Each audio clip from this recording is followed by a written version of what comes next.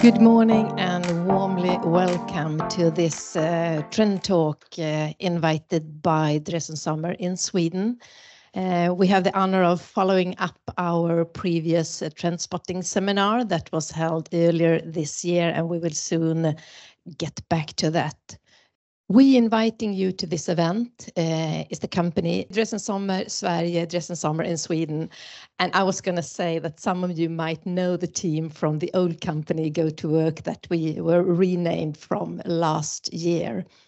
So super very welcome. And today we're going to talk about buildings awarded for success. But before we kick off with that, just some few words. We have a mission. We have united in opposites to create the world we want to live in. That's the purpose of Drees and Sommer. We are not only a Swedish company. We are founded in 1970, partner managed. We have more than 5,000, I would say more than 6,000 employees. And we are spread in 60 locations in 50 countries at the moment. We are delivering consultancy services and implementing anything regarding project management and real estate with the clients in the different sectors and clusters of industry, infrastructure, and real estate. In Sweden at the moment, we are some 25 people, so a small chunk so far of the big chunk of some plus 6,000 colleagues. I'm greeting you to this. I am Karin Ståhl, having the honor of being the managing director for Drees and Sommer in Sweden. A short recap. I can see some faces in here that I know also attended when we greeted you in mid-February to Stockholm's Handelskammare, presenting the 5 trends of 2024 when it comes to sustainable buildings and offices. And you then met some peers of ours. It was Tobias Galtz, Karina Söderlund from Mälardalen University, Mino Tegethoff, Marco Abdallah, and also Peter Robertsson, who we have in the panel in the dialogue today. You will meet all of these guys and girls later on, one each time on today, and then the following 4 breakfast seminars that we will throw during May and June, all from this location, and hopefully all in the Teams webinar format as well.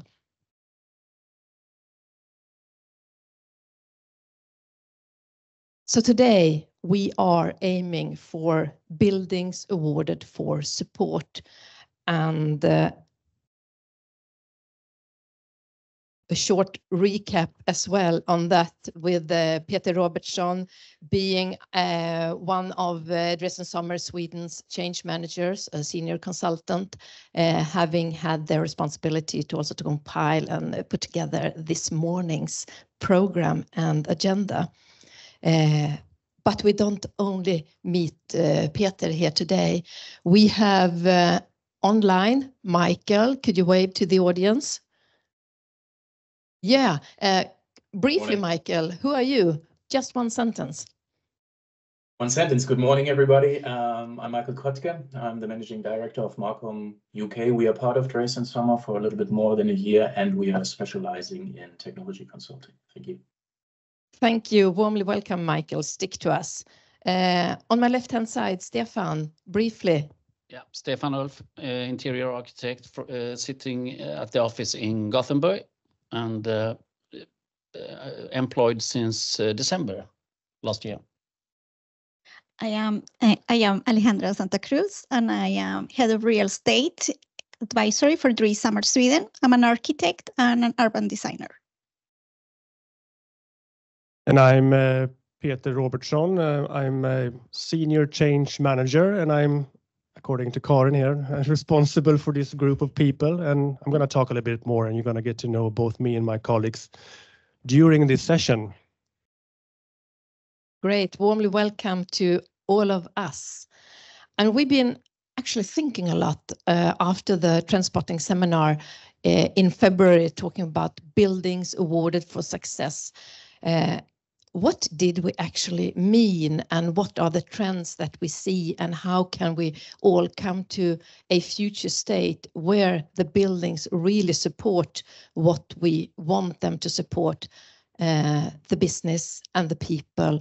And we actually think about how to get the wheel spinning. We talked about several things, Peter. Could you maybe help me to recap? Absolutely. Give me the clicker and I will get on my way. Okay. I used an analogy, and I think that those of you that were there might remember, but the analogy was about how to make great, wonderful movies winning awards. And the analogy is not so far away from actually doing anything, I would guess.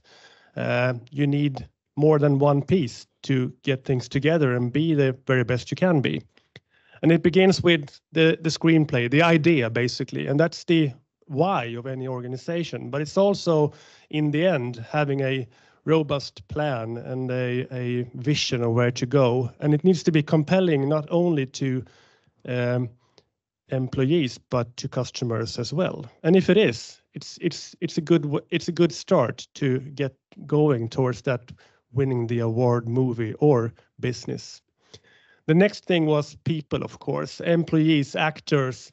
No wonderful movie is a wonderful movie with only great actors. It needs both great actors, personnel, staff, everything around it is needed. And it's the same for any organization, of course. We need great people. They need to be trained and engaged and skilled, and they need to stick around for a while. And the third thing was the responsive and the adaptive leadership, which would be the director role. You need a director knowing where to go and how to get there, being able to engage people, being able to do the things that is the idea behind the organization. So realizing that vision, realizing the why, so to speak. And that is being responsive and adaptive. And you need to be that, and you need to be that true to the organization's idea as well. So don't be something that you are not, I would say. If you want to be a drama movie, you have to be that. You have to stay in that genre. And that same goes for organizations. And I think today, when it comes to organizations and buildings, we all try to do a little bit of the same. And I think that one thing that we could possibly talk about a little bit today is that, okay, how do we make it our own? How do we make the idea fit for us, so we don't build the same office, because the same office will not fit for all people.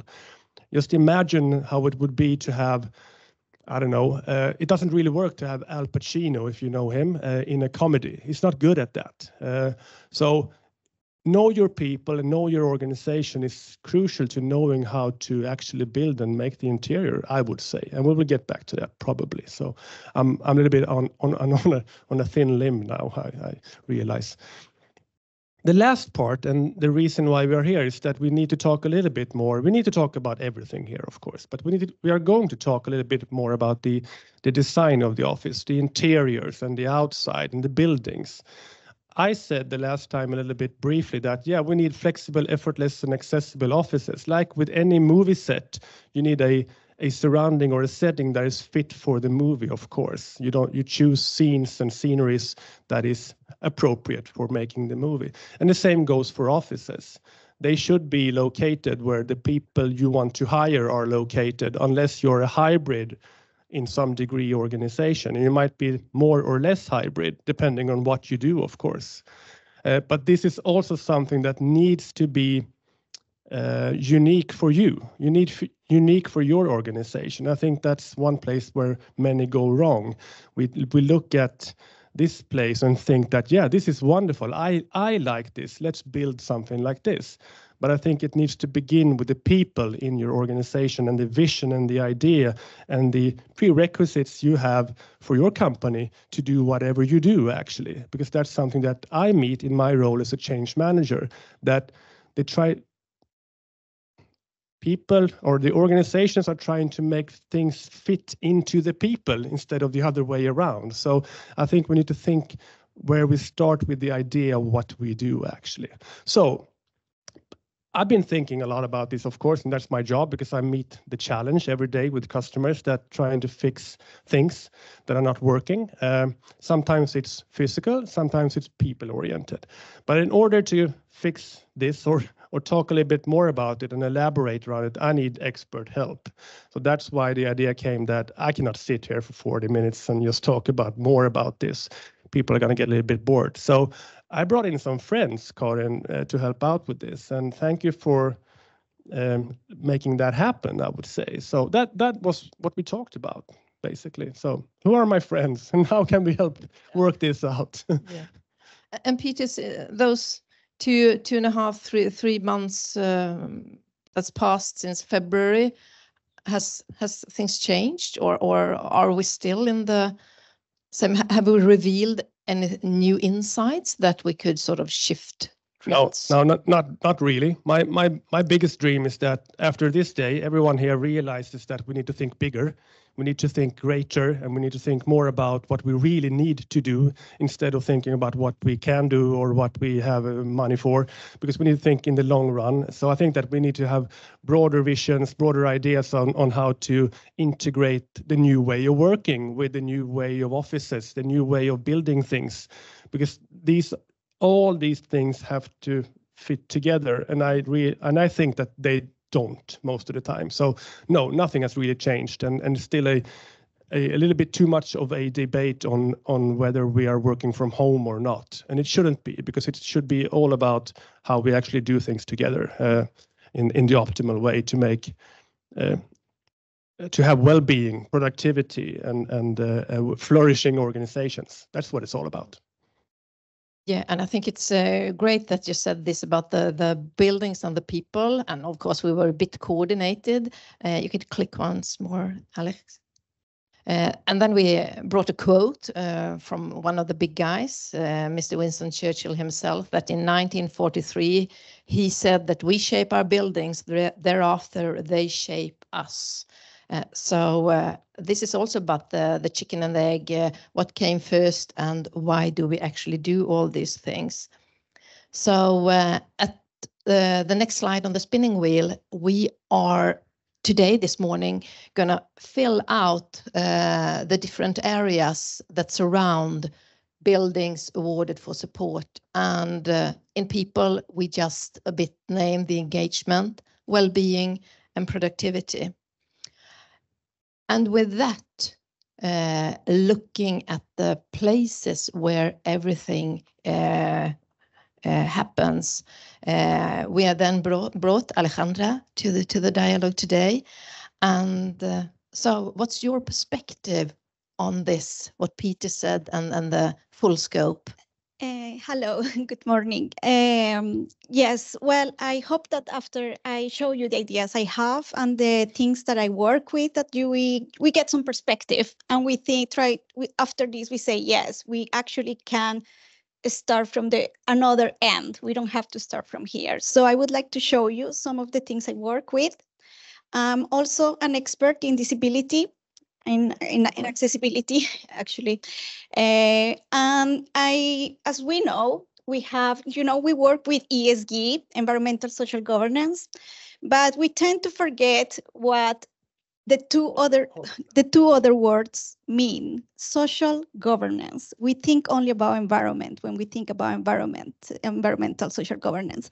And I actually work with the word social. And, we got from UN 17 global goals that we follow, as you know. And there are two of these goals that I work dearly with, and I actually stand for very much. And one of them is number 8, decent work and economic growth. And, the reason because we work with these goals, let me go back, is because we see a link in between, like these are called the sustainable global,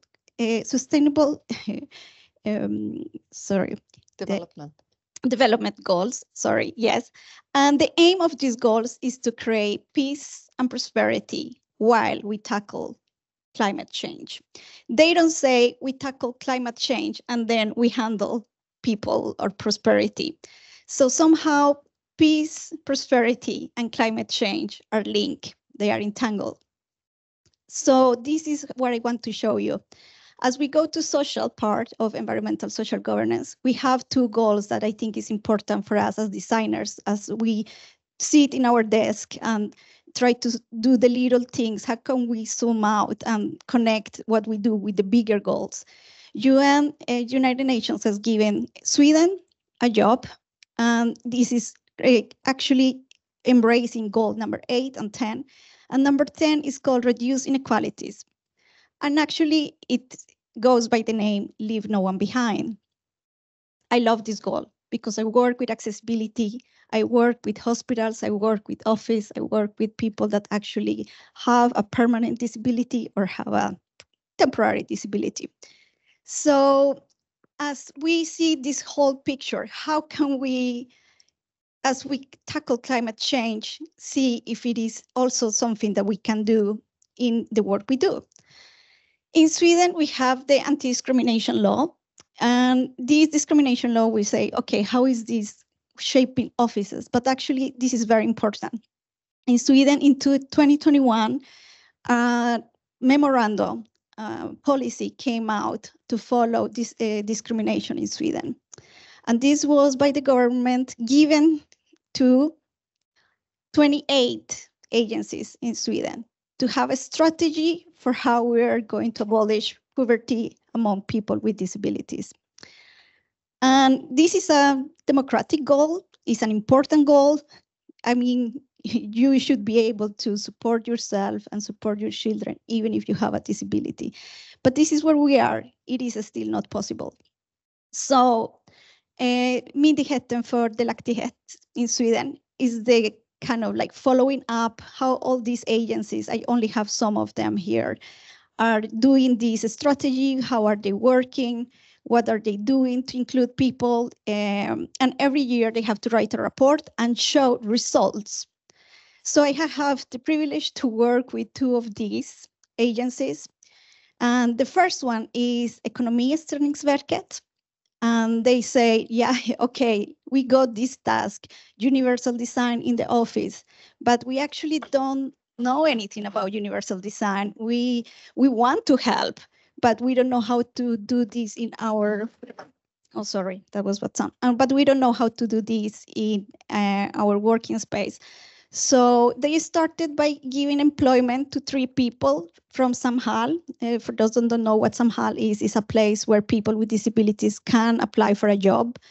And they had 3 people that had, one was in a wheelchair, an accountant, and a guy that was not taller than a 3-year-old, and somebody also with a hearing impaired.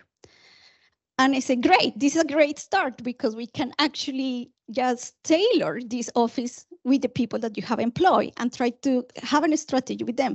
And what they say is like, we don't even know how to tackle disabilities because no one of us has one.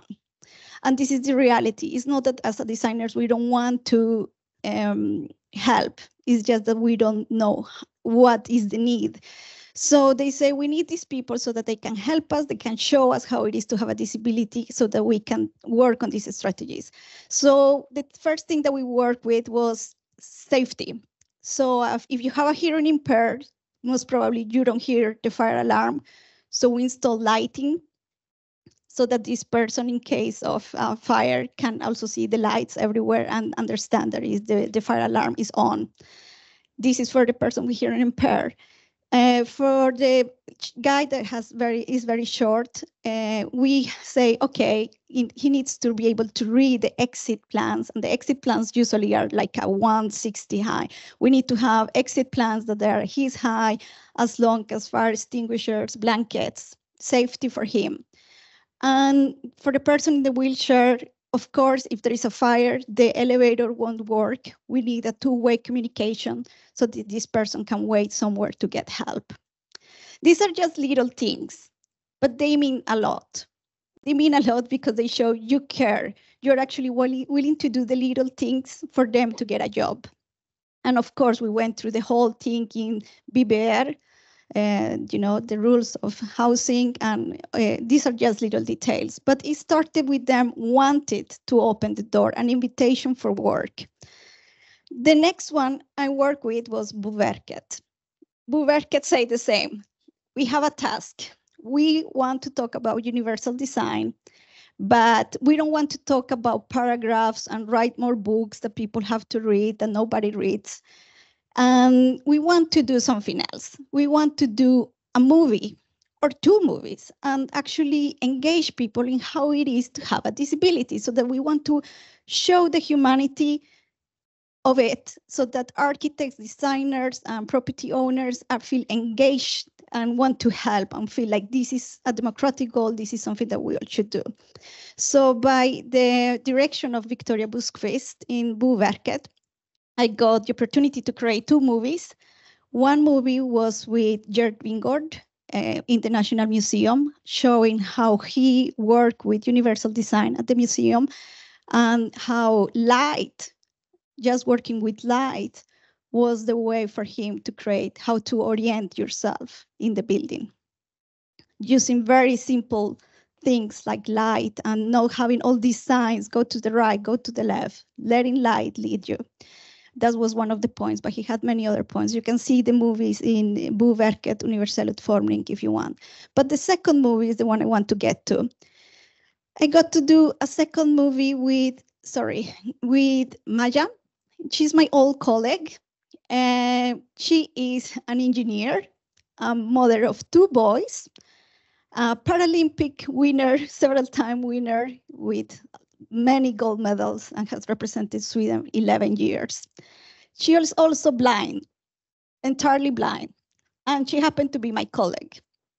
And I say, Maya, you're not going to believe this.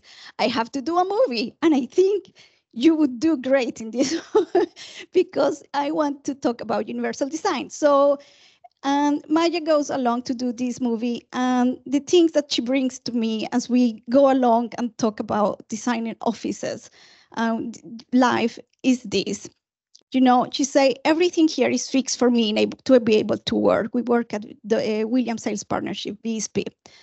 And she said, but there are little things that could make my life easier. For instance, I don't want to go through all the waste sorting, stop putting my hand and guessing what kind of garbage do we have. Can you please use some braille so I can just see what's paper, what is glass? The same for the milk. I have to taste them all before I know which one is the one I want. And the cookie jars, I have to go through all of them before I realize which one is the cookie I want to eat. So this was the little things. But then she came to me and said something else. Light, I don't see anything, but I can feel light. And light is a great way to guide myself through a building. So it's the same as Gert said. So use light as a guide, let the light guide you in offices, because it's a way for me to know where I am in space, where I can find myself. And also like the little things as color. She used to be able to see as a child. She remembers color, and she say, I can go into a room and feel color. I can feel if it's a warm color, I can feel it is a cold color. And color is a way for me to remember. Even if I cannot see it, I can memorize things in my mind with color. So these are the little things that I want to leave you with. Leave no one behind, you know, goal number 10. We have to start from the end. We cannot start from here. We have to engage with people that have a disability in order to create inclusion. It's very hard as a designer to start from where we are, because it's not that we don't want to, it's that we don't know how to. Thank you, Alexandra. And you're sort of painting the palette of the different tools or the different mindset, we might say, that we do have. It actually doesn't sound like rocket science. It's just what you say, start from the end and then work the way backwards. If you do one click, we can see how we are now then starting to fill the outer layer of the spinning wheel with the ESG, environment, social and governance. And for sure you will all revisit the webinar when we post it later on in social media, so you can then read all the wording that we have put into it. Thank you, Alexandra. Bridging over to to you, Stefan. How do we create flexible, sustainable, and inclusive workplaces? Yeah. Could you Okay. give us some light on this? Yeah, Stefan, good morning. I will start with a new study that Kristina Bodin Danielsson at KTH made about post-pandemic office work. And it shows that almost 50% of the companies that was in the study didn't reach 40% attendance at the office. It was, I believe it was 53 companies with over 500 employees in the Stockholm area, and their policy was absolutely much more than 40% attendance. So how do we get people back to work? That's a big question, because this could impact negatively on the organization and its work, according to Kristina. But remote work is here. Remote work is here to stay, of course, as you already have seen. So it's important to offer people the possibility to work from home or other locations, but within a specified range. It's also very important to use flex time and the possibility to, or trust time as we call it, to choose when to go to work, and so you can avoid rush hour, for example. But also in a specified range, because if you only use whips, as Kristina was talking about, I believe you also need a lot of carrots so that you can get people, so you can attract the people you want to, and getting people back to work. And then, as an interior architect, I've been working a lot with pre-studies, and it's important to create offices that are with alternative work settings, as socializing, collaboration, and focusing areas for I have to check for accommodate different work settings.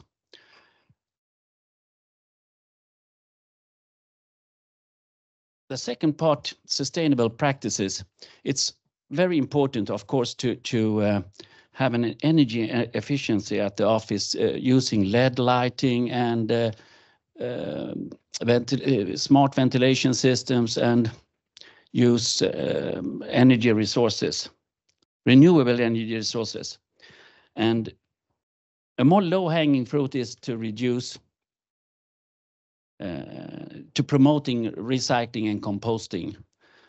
And green design is not only about making green spaces with a lot of plants. Of course, it's nice and it's good for the air quality, but it's also to use eco-friendly materials in creating and in construction and furnishings, but also to reduce old furniture and encourage to buy recycled furnitures. The third one is about inclusion, and it's, as my expert colleague Alexandra have been talking a lot of. It's very important because it's a very neglected area, but it's very important to implement policies and programs to promote diversity, equity, and inclusion. As architect, it's important also, of course, to make accessible to employees with disabilities. And it's also very important with work-life balance, which is also a part of the inclusiveness, and to support the employees' well-being by wellness programs and things like that. But if I would give you one piece of advice, it would absolutely to be to carry out a pre-study for avoiding repeating past mistakes. And for making all these changes, it's very important to implement technology integration, such as collaboration tools, virtual meeting platforms, and smart building systems, which my colleague Michael Kottke here are going to talk more about. Yeah. Thank you, Stefan. And I think it's nice sort of that the interior architect, among other skills you have, sort of already tie together the flexible work, the sustainable practices, and the inclusiveness that we also heard from Alexandra, and even with the work-life balance. Actually, as we are talking in our expert talk today about the trends for 2024, we then also must be super humble, because these things, the ESG is not trending, it's a fact. Health, wellness, also a fact. And this with the supportive buildings are for sure also a fact. Continuing to fill with the inclusive, flexible and sustainable workplace that you talked about. Thank you. Bridging over to you, Michael, having listened into the dialogue so far, could you maybe help us with one piece that can a bit glue things together from another perspective? Are you ready for that? Yeah, definitely. Thank you, Karin. And firstly, again, good morning, everyone. It's a great pleasure to be here this morning. Thanks for having me. And also thank you, Peter, Alexandra, and Stefan, for already sharing some very interesting insights on what should be done to make buildings more supportive in regards to both people and place. What I would like to do now is take the next 5 minutes or so to add the technology layer around our discussion here to complete our wheel and hopefully get it to spin as well.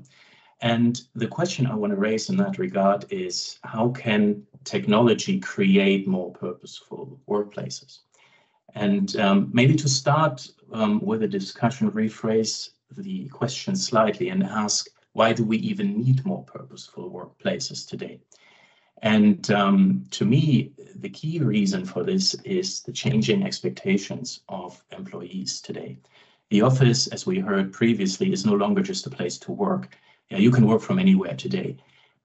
The office needs to offer an added value and serve a purpose so that employees, A, actually come to the workplace at all, and B, like to come to the workplace too. The office needs to give them something they don't have at home or anywhere else they're working at. And in the context of technology, this means the technology in the office needs to be better than at home. Yeah, employees are looking to do their work more efficiently, more seamlessly, and more flexibly in the office. And technology, particularly now in our hybrid working culture, plays a very crucial part in achieving this.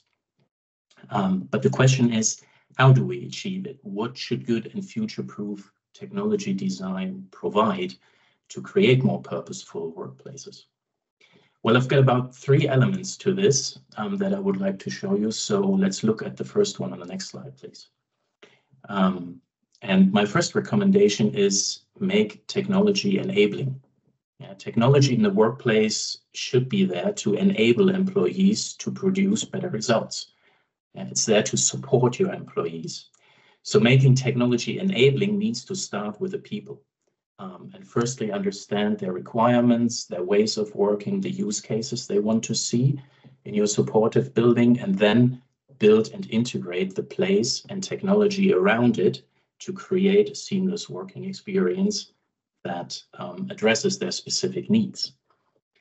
Now, once this is understood, you can create, for example, flexible spaces shown here on the presentation that support a variety of different use cases, from informal meetings or town halls on the lower left-hand corner, for example, to more interactive brainstorming sessions or management briefings on the lower right, all the way to more engaging and AI-controlled hybrid meeting spaces where the participants interact very naturally with each other.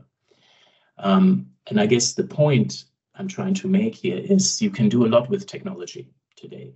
The technology in principle is there to support everything, and there are lots of options to choose from.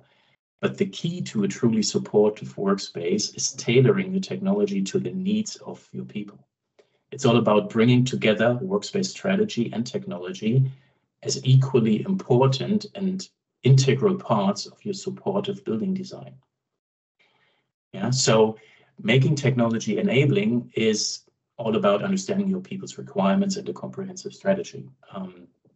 But there is a little bit more that I'd like to show Karin as well. Can you go to the next slide, please? And that is make technology immersive, which is the second characteristic of good technology design that I would like to touch on today. Immersive in this context means merging the physical and the virtual worlds together in the workspace to increase natural interaction between people and technology. And what I certainly don't mean by this are the typical magic words at the start of a video conference call that I'm sure every one of you has at least said or heard once. And these magic words are, hello, can you hear me? Okay, so that's not immersive and certainly not as it should be either. Immersive design bridges the gap between technology and the space, so the interior design of the place it is installed into. And it should be applied to promote interaction between your employees and technology in any given space, whether that's in the integrated hybrid meeting room that you can see here. It could be a relaxation room to enhance the employee well-being through a combination of mood lighting and sound, for example, as well. Or it could perhaps be even in the reception hall of a corporate enterprise on the left-hand side, where high-end audio technology is used to guide visually impaired employees to where they need to go in the building, which is a good example of how immersive technology can be used today to promote inclusion in the corporate world. Okay, so I'm conscious of having some time left for questions as well, so we are approaching the end of my presentation already, but I would like to bring up one final item for your consideration that's important in this regard as well. That is, make technology automated. Now, this is where it gets really interesting and a bit more complex too, but I won't go into too much detail on this. What it means is automation basically makes technology intelligent, or even human, or what we perceive as being human, by linking multiple systems together through the exchange and interpretation of data. Now, artificial intelligence is, of course, the prime and most advanced example of automation, and currently generates a lot of interest and, to some people, some very valid concerns as well. And I'm sure we could easily host a separate webinar just on AI, but I'll skip it today in the interest of saving time, because I would like to bring up one more example of workspace technology automation that presents a more ESG-related use case, which is energy management. Now, audiovisual and communication collaboration technology is historically known for being very energy intensive, but through automation and smart sensors, it is now possible to detect user presence in any meeting space in the building, for example, and turn off the equipment automatically when the rooms are not in use, to help save energy and costs over time, of course, and contribute to meeting corporate ESG standards. There are many, many more use cases to talk about or develop individual, but we are now at the end of my slot, and the technology parts of the gear wheels on the next slide, Karin. So I was hope to be able to share a few interesting insights into how technology today can make buildings more supportive and can make the workspace more purposeful. And with that, I will hand back over to you, Karin. Thank you. Thank you, Michael, for the guidance into the last third part of the technology. I have a couple of follow-up questions to you so far, but I would just reach out to the audience in the room. I don't know if we can manage questions from the virtual room, but we can manage questions from the real room. You may raise your questions either in Swedish or in English, and we will repeat them from up here. So what do you say, Karin? Yeah, there's one. Should we take it now or? No, keep it. Yeah, we have one question from the digital room. So soon. Michael, you are sort of a lot, of course, you are active on Swedish ground as well, but you having also a bit more international perspective, even though we are an international company. I know that you fly in and out of UK and Germany and other countries. So far, what you have heard when it comes to the technology perspective, how we have filled in with in our presentations, do you have any sort of out of Sweden reflection on the dialogue so far?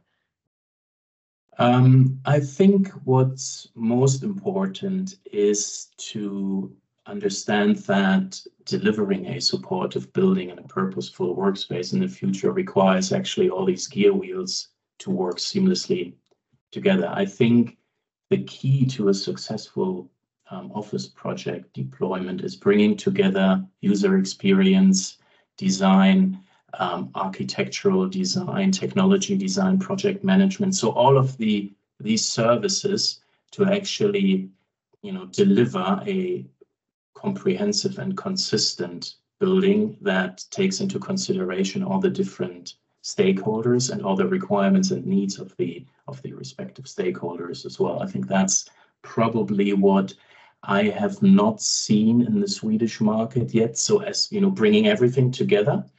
It is something that is being used elsewhere already, but I think it might be something in that combination that might be relatively new to the Swedish market, which is obviously, a great opportunity for us all to explore further, I think.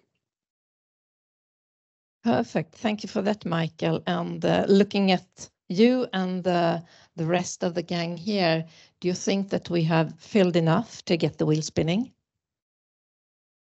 Well, I think that we at least have started to get it going. And I think we can talk a lot more, as you might probably have heard and seen here. There are eagerness to talk more about this topic. So I think we're on the way. And I would say that one thing to keep remembering is that if you want, the wheels to be pumped with, so I think that leave no one behind is a beautiful thing to keep remembering, because it's all about that. And inclusion. And I think that if we do think about that, we are better off in realizing what we need to do. Good. I know that we have one question already. 20%. So these oversized offices, do you have any insights on how to tackle that? I have something. Yeah, you can repeat the question, Alexandra. Yes, the question here was about oversized offices when, offices are full like ours yesterday, and on Friday, most probably it will only be me. But, we actually work with smart buildings. And a part of working with smart buildings is to have these people counting, those sensors, and that actually accommodate the ventilation. That's only one thing that we work with. I know that your question is going more towards, the rental agreement and so on. But actually, this is something even for the rental agreement, because if you can adapt the ventilation system for 100 people, but later on during the week for 20 people, you're actually saving money. And so these kind of sensors, we do smart buildings, and we actually work with many property owners that see the need now a lot. We were recently in one that is almost empty on Fridays. So how to actually save some money on that. But I don't know if you have something else to add to the oversized office. I think it's just like for you. Well, I think that any idea is as good as any, but I think one thing that we need to remember, because I disagree a little bit with what Stefan said. He said that we're gonna get people back to the office, and I said no, but let's not. Let's do what we need to do instead, because it's for some it's a better thing to actually work somewhere else at times. So I think we need to adapt and realize that let's improve everything instead at the office, at home, and so on. And I'm pretty sure that future buildings will serve more purposes than just workspaces for office people, because way of working is also changing. So we might be sharing workspaces with other categories of people in the long run. That's my guess. I have no idea if that's going to be the future, but that's one scenario that we might be seeing. And therefore, I think we need to think in a broader sense of how we develop office spaces and all spaces going forward. We need to think broader and more creative than we have been doing, because the old solutions will not work for the new problems. Yeah, and maybe we all remember actually in the beginning of 2020, pre-pandemic, there was this report launched from Ingenjörsvetenskapsakademin, and people from different parts of our business took part in that one, saying then, pre-pandemic, that only 10% of the full accessible time of offices in Stockholm were utilized then. So if we utilize 10% of the total square meters we had some 4 years ago, how few percentage could then today then be utilized? That's a question that we can dig further into. I think we will look at Karin and see what we had from the virtual room. Yes, these videos are actually available at Boverket. Om ni googlar Boverket universell utformning så hittar ni 5 filmer. Det finns en med Gert Wingård och en med Maja Reichertz. Så Maja Reichertz är hon som berättar om gestaltning, hur det är att röra sig i stan som blind, how is to be blind and move around in the city. Is actually quite interesting to listen. I think every designer, every architect should listen to this, because as I say, you don't know the experience of someone else until you actually hear it, and we all should know how it is to navigate a city and a space when you don't see. Handicap do Gert Wingård have? Repeat the question. If Gert Wingård has a handicap, he's a disability. No, he does not, but he did work very hard creating universal design in the reconstruction of the National Museum in Stockholm. And the National Museum in Stockholm has become a symbol of inclusivity after the renovation. Yeah, so, you know, it has become, it's an example to the world of what you can do in a building after you restore it, and how inclusive it can be. So also watch the movie as he tells the secrets and the details and the very subtle sensuality. He talks about sensuality in the world of how to feel, how to use your hands, how to get knowledge through breathing in and feeling light. And it's very, very interesting also as a designer to see how these soft things that we have around all the time can be applied in architecture. Thanks, Alex.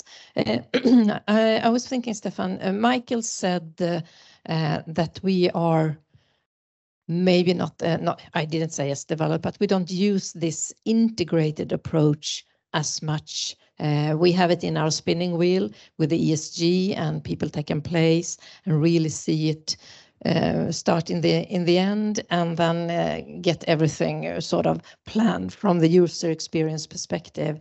You mentioned the pre-study phases, Stefan, and the importance of sort of looking holistically on all these things. Have you seen any sort of trends this year that we might dig deeper into tying the different knots together from the beginning? Yeah, I can see that the leadership are not listening to the floor. They really want people back to work. So even if I propose them to not have 80 or 90% attendance, they don't listen to that, because they still, in a lot of companies that I've been working down pre-studies with, they really want, they believe that people are not working when they're not at the office, but people that is very important, that are very volatile, that they tend to quit that kind of work and start work in other places instead. So it's important to have these carrots, as I was talking about, and not only whips. Whips is very easy to force people back to work. But even if they do that, why do they have attendance lower than 40% then when the policy is 80%? Maybe that's a little part of the question that you were answering. Asking. Yeah. Sorry for my very. I just want to add something that Michael told us last time. Offices have to have better technology than the one people have at home, so that you can bring them to job. If your plan is to bring them to job, offer better working spaces than what they have at home. Faster internet, better lighting, better screens, better of everything. Better everything, yes. Also thinking then, Peter, about the dialogue that you and I have from time to time, not only you and I, but sort of holistically with this, where can we meet, say the employees and the employer in the dialogue about how we shall sort of what the framework for our ways of working should be. How can we sort of get closer to each other so we don't also far away in the dialogue? Should we be hybrid, only remote, on-site? And, we talk a lot about these things. Oh yeah, we need to continue to talk about it, obviously, because it's perfectly okay to disagree. We should and have to, because that's when we evolve and do better things. But it begins with getting to know your people. So I think Stefan was talking about it as well. Get to know your people, and because they have the answer, they already know what they want, all right. But we're not listening because we're not asking the right questions. So I think we should start doing that first, and that would be a good way to get going. Because when we have our dialogues, you get to know how I think, right? And I get to know how you think, and that's a good starting point. And we might not agree on everything, but it's moving us forward into something better for both. Thank you. And you saying starting point, and I'm saying ending point, and these sentences from you in the very end, sort of wrapping our hour off this morning. You have visited Drees and Sommer in Sweden, talking about buildings awarded for support. You know that you will be here next Tuesday again on the next topic with our colleague Tobias Galtz. I think you will be on stage as well, Alexandra, talking about urban development for care. And then each or every second week until sort of midsummer, we will meet up here. If you want to know more, you know where to find us. I think we shall give Peter, Alexandra, Stefan, and Michael big hands, applause. Thank you for coming today. Thank you for listening in, and thank you for coming here. See you again. Bye.